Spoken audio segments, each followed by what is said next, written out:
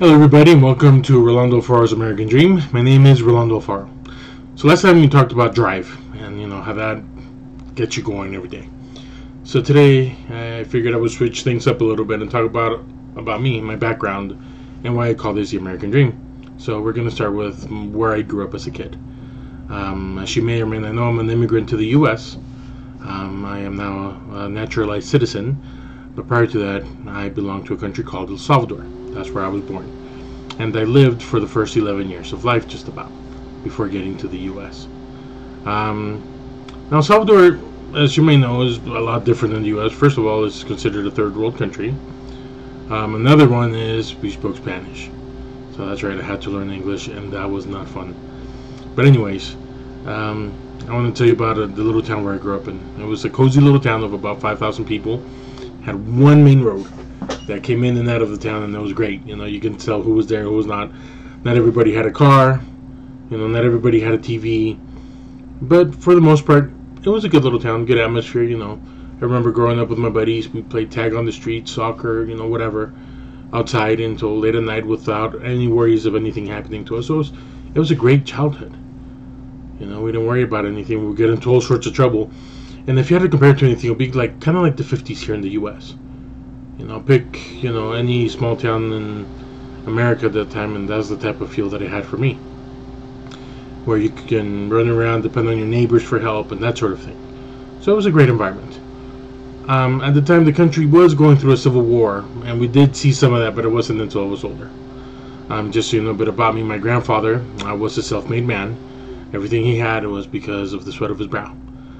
He didn't have anything handed to him, especially in a country that doesn't have social mobility like the U.S. does. He worked for everything he had. And by the time I came along, he was a wealthy man, a well-off man. He had cattle, he had farms, he had coffee plantations, he had, you name it, he had it. He was a very successful individual. And, growing up there, I don't ever remember eating anything out of a can.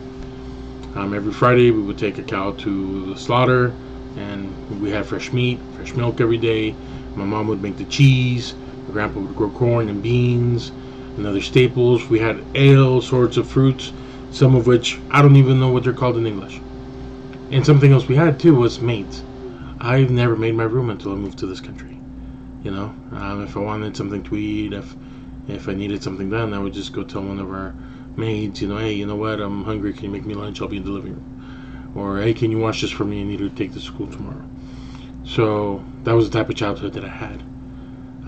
It was very different than what I came to the U.S. with. Also, something else that I want to tell you about the little town, besides it being like the wholesomeness of the 50s here, is the fact that nobody had phones in their houses. I know, crazy, right? So in that little town, there were 4 phones in the whole town. And they were in a kiosk in the center of town where the person that worked for the telephone company lived. He had a house built onto the side of it.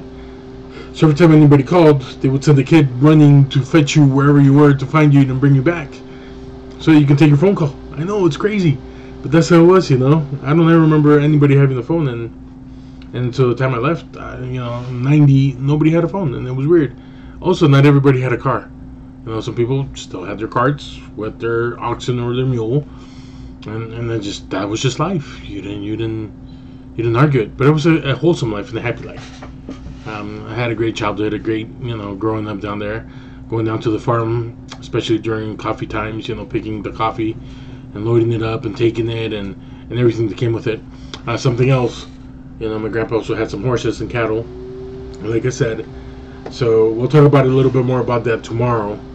And I want you to join me and tell me about your childhood and how you had it. Because for me, even though I grew up in a different country, we still had a lot of Americanized things. You still have McDonald's, you still have Pizza Hut. Different than here, though, mind you. Over there, you go to Pizza Hut, they have tablecloths and you have a waiter. Not like here where, the kid slams a pizza on the counter, you pay it and you go. No, over there is a fancy restaurant. And it was a treat to go there. Not like here where, there's nothing else to eat, let's get that. So I'll talk about a little bit more about that tomorrow. So join me again for Rolando's American Dream. Thank you for joining me today. Put in the comments how your childhood was, type of town that you grew up in, and how that was for you. I'd be excited to hear about that. And see you then. Until then, Have a great night. Take care. Bye.